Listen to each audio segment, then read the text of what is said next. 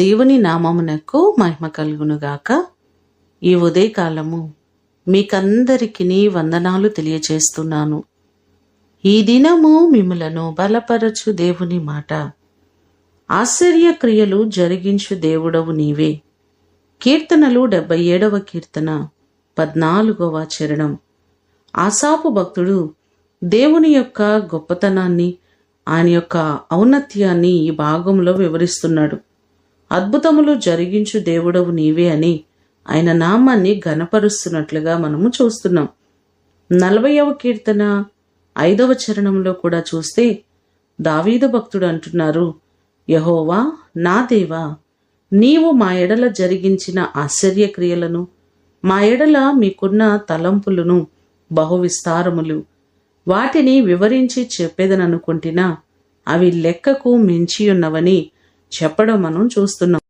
మన దేవుడు మనందరి జీవితంలో ఎన్నో కార్యాలను చేస్తూ, అద్భుతములు చేస్తూ ఇప్పటి వరకు నడిపించారు, ఇప్పటి వరకు క్షేమం ఇచ్చారు.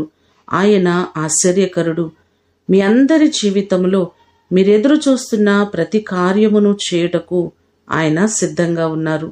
ఆశ్చర్య కార్యములు జరిగించే దేవుడు మీ కుటుంబాలలో అనేకమైన అద్భుతములు జరిగించి ఆయన మిమ్మును ఆశీర్వదించునుగాక.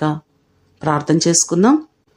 అన్ని మంచి ఈవులకు కారణ సంభూతుడవైన మా ప్రేమ కలిగిన పరలోకపు తండ్రి, మీ ప్రశస్తమైన పాదములకు వందనాలు ప్రభువా.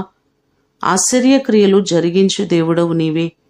ఇప్పటి వరకు మా జీవితాలలో ఎన్నో కార్యాలు చేస్తూ వచ్చారు.